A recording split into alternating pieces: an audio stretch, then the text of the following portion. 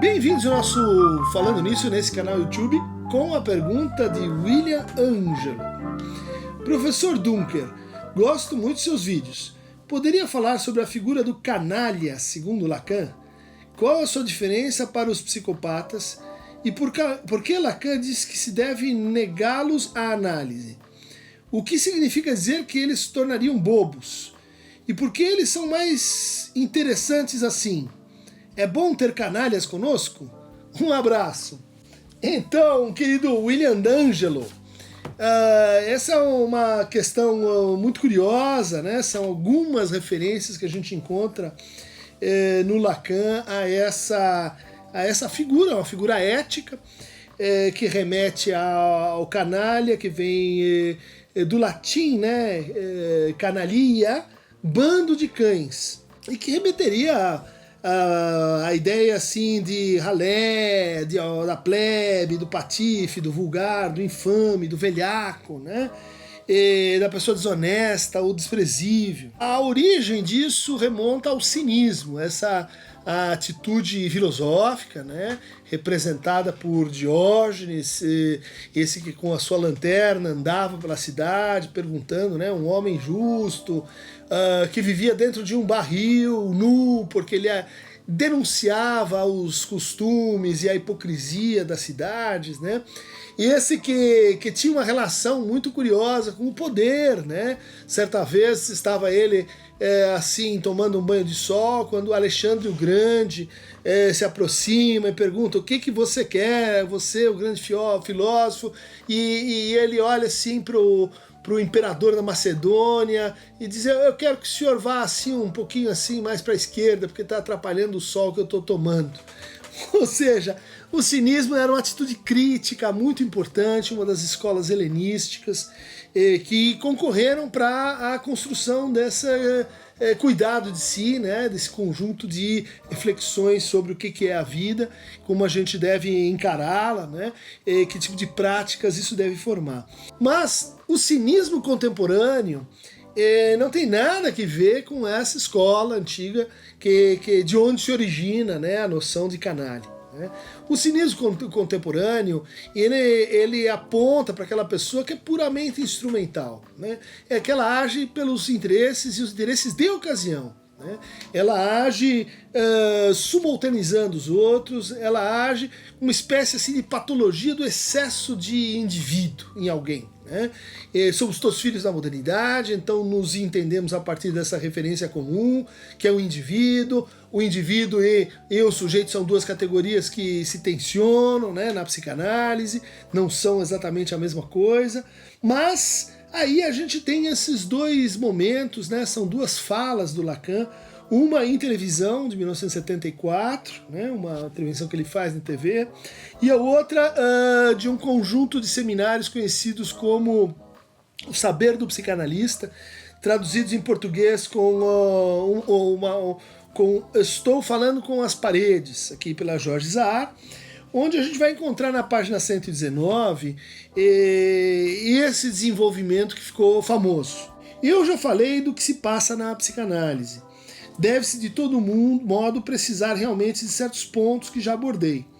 Portanto, creio termos chegados a um ponto que me permite tratá-lo brevemente.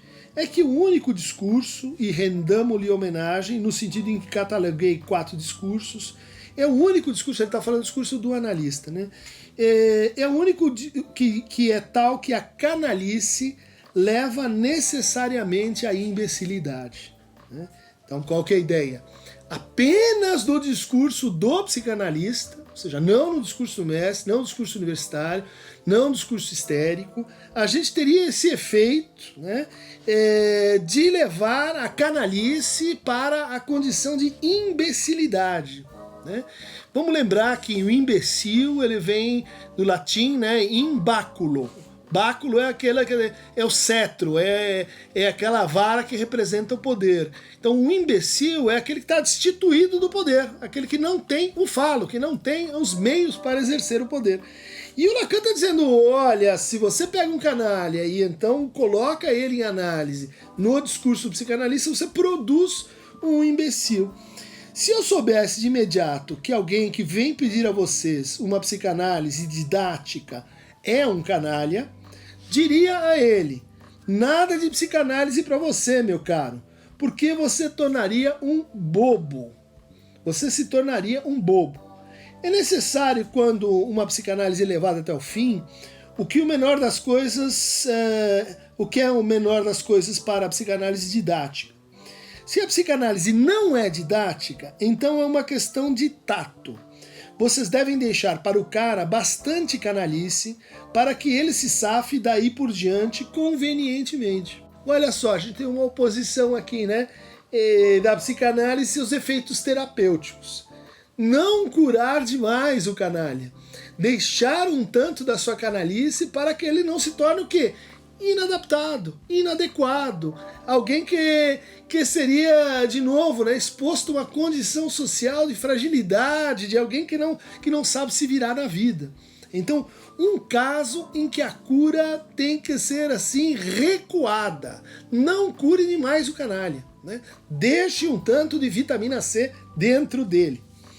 É propriamente terapêutico. Vocês devem deixá-lo sobrenadar, né? Mas para a psicanálise didática não podem fazer isso, porque Deus sabe o que daria. Suponham um psicanalista que permaneça canalha. Isso assombra o pensamento de todo mundo, né? Então ele está voltando aqui numa distinção que ele já tinha abandonado, né? Que era uma distinção própria aí da psicanálise dos anos 40, dos anos 50, que dizia assim: olha, você quer se tornar psicanalista, você tem que fazer uma análise específica, chamada análise didática, com um rol de psicanalistas determinado pela sociedade psicanalítica a qual você pertence. Não pode ser com todo mundo, só com aqueles que têm esse título. Mas se você está sofrendo e precisa de uma escuta, então procure um psicanalista, e isso será considerado então uma psicanálise terapêutica, né? Será uma divisão que existia, e ele está jogando com isso para dizer: olha, tem que se considerar o problema do canalha na análise didática e na análise terapêutica. Mas, continua ele, fiquem tranquilos, a psicanálise, contrariamente ao que se crê, é sempre verdadeiramente didática, mesmo quando é alguém idiota que a pratica. E direi até que quanto mais, melhor. Ou seja, ele armou uma distinção, um dualismo, e depois ele desfez esse dualismo, voltando à sua tese mais forte de que todo analista se autoriza por si mesmo e toda análise é didática, toda análise tem efeitos, né, de autorização para aquele que passa por ela. Enfim, o maior risco é ter psicanalistas idiotas. Olha só que tem uma derivação. A gente foi de imbecil, que não tem o báculo, para idiota.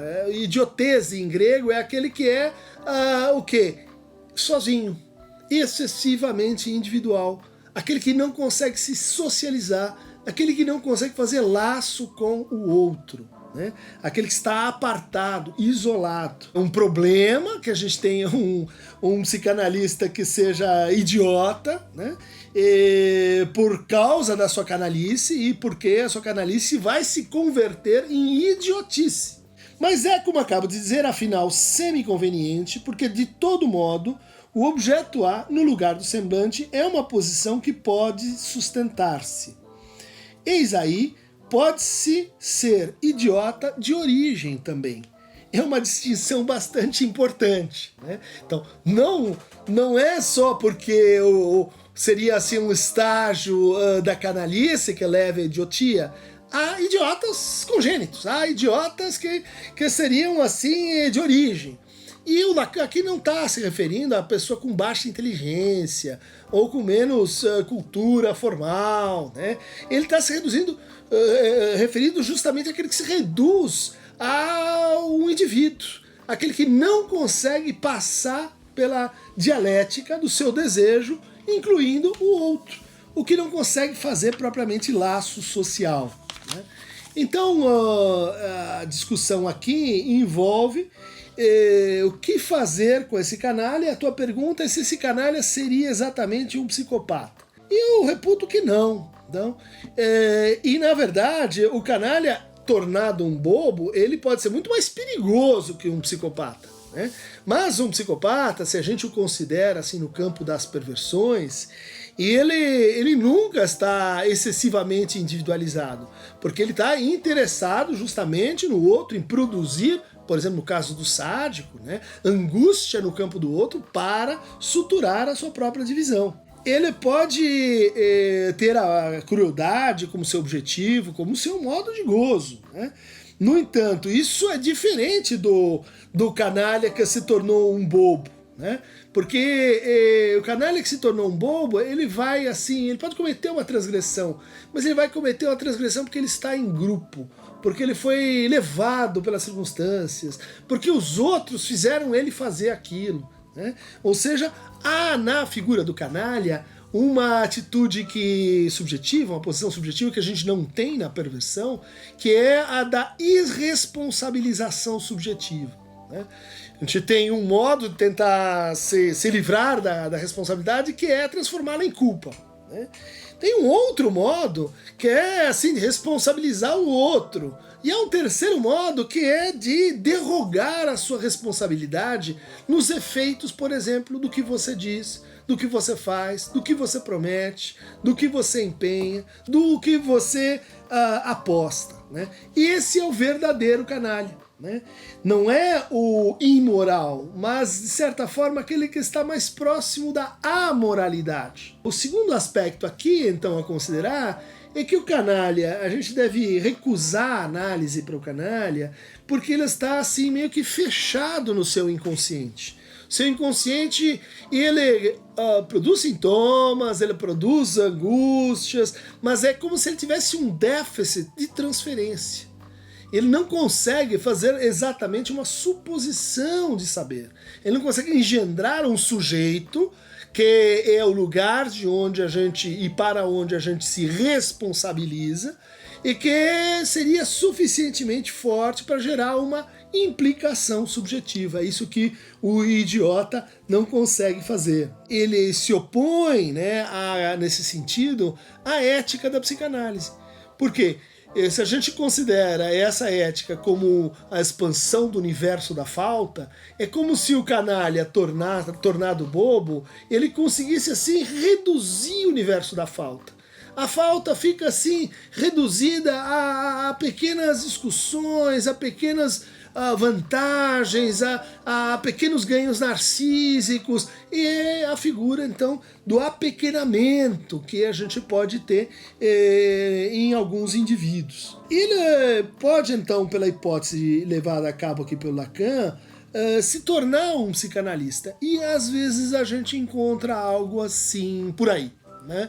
São pessoas que fazem suas análises, que chegam a conclusões, vamos dizer assim, sobre como as pessoas lidam com o seu inconsciente, como as pessoas lidam com a sua própria falta, né? E que então posto ali um uso para essas pessoas que a gente durante um certo tempo popularizou com a expressão o saldo cínico da análise. Ou seja, alguém que termina uma análise pode escolher ser um cínico, pode escolher manipular os outros, pode escolher usar o que aprendeu, vamos dizer assim, na análise, para manipular os outros, né? Para, vamos dizer assim, gozar de fazer-se de grande outro, para gozar de fazer-se, esse é um caso infelizmente muito típico, né?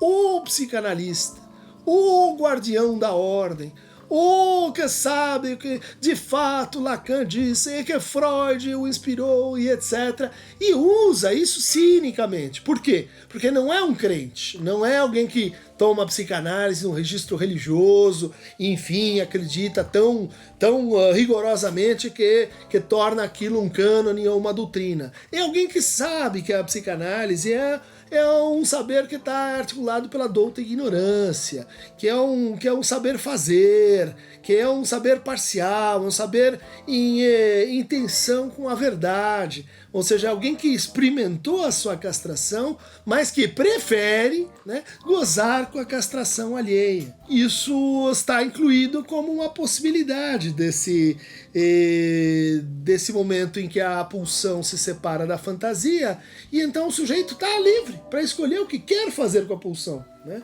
E nesse sentido pode querer fazer, né, simplesmente a satisfação, tomando o outro e manipulando o outro para isso, né?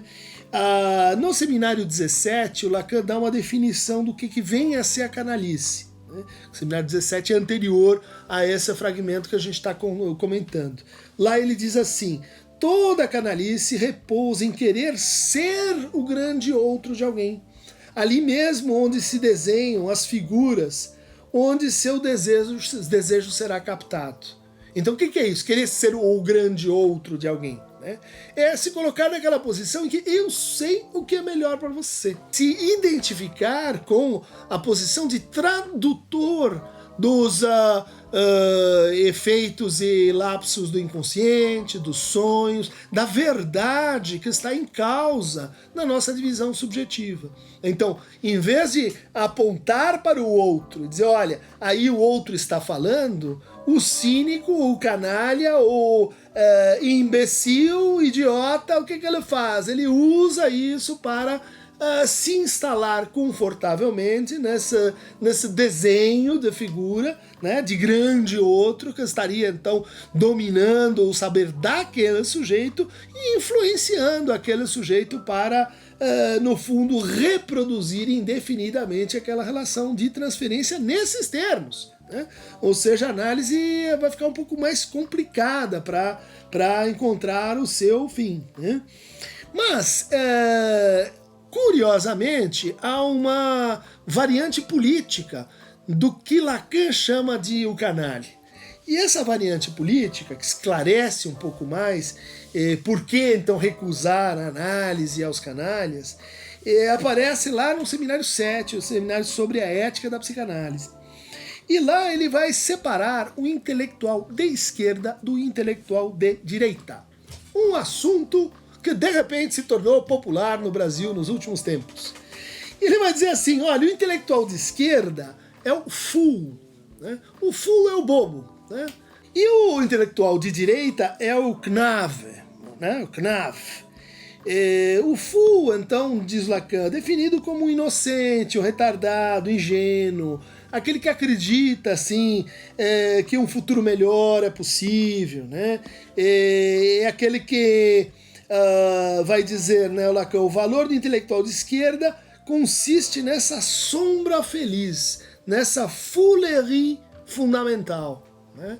E ela aposta, né, num outro mundo, na revolução, que as pessoas podem mudar, e ele no fundo pode ser chamado de um bobo, né, nesse sentido. Mas o intelectual de direita é outra coisa, né? Tá? Palavra lacaniana. O Knave é aquele que às vezes a gente traduz por valet, né?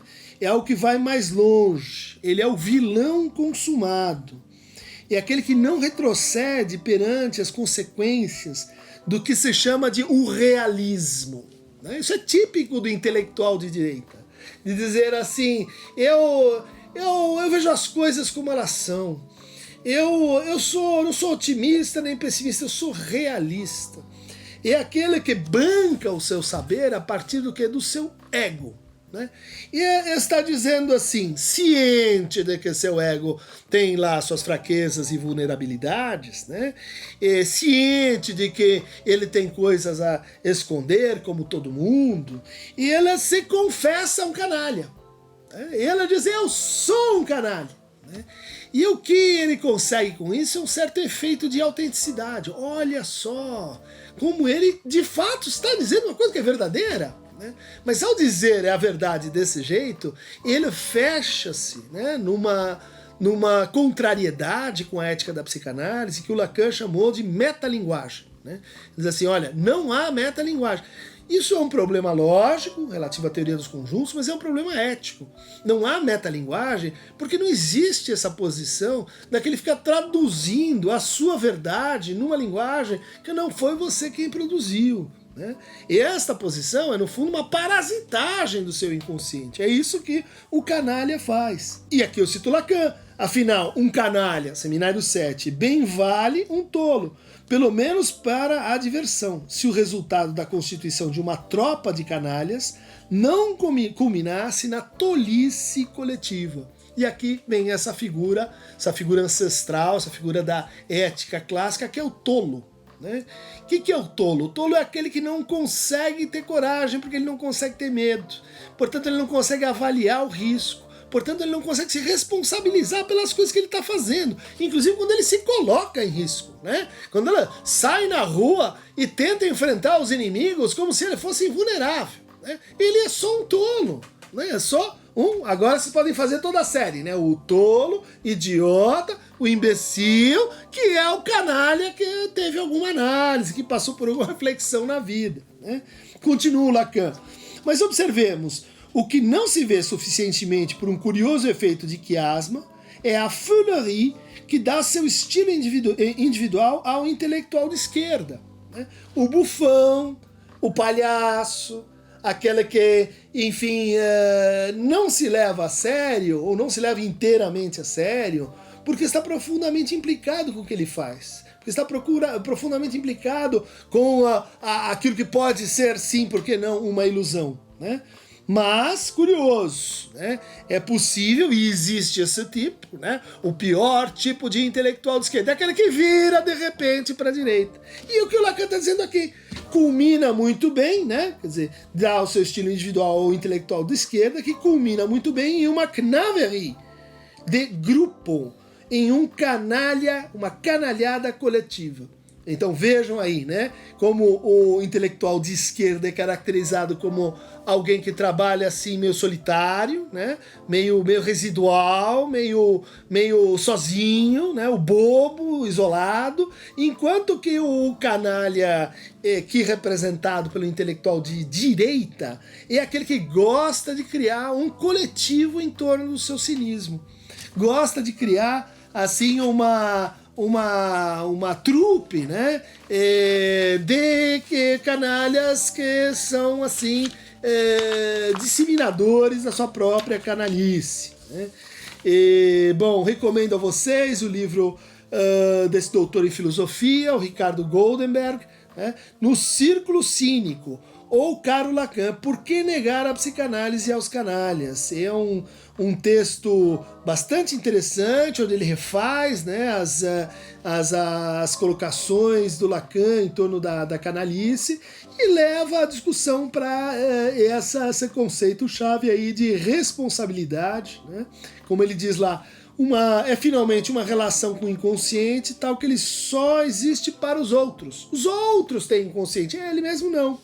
O que faz com que o interessado se imagine autônomo, livre de qualquer outra determinação que não a sua boa ou má vontade. Né?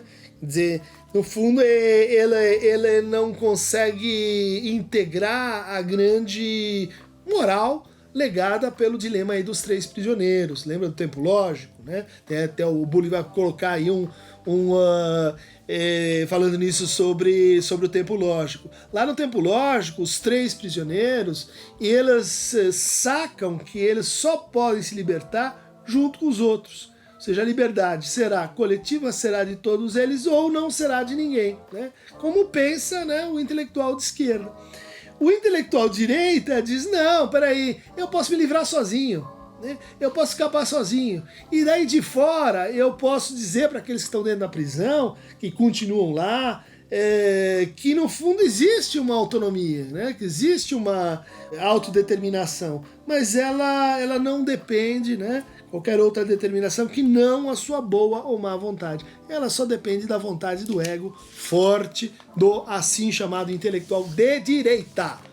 Intelectuais de direita, de esquerda, canalhas, e eu acho que está explicado aí por que a gente não deve aceitá-los em análise. Né?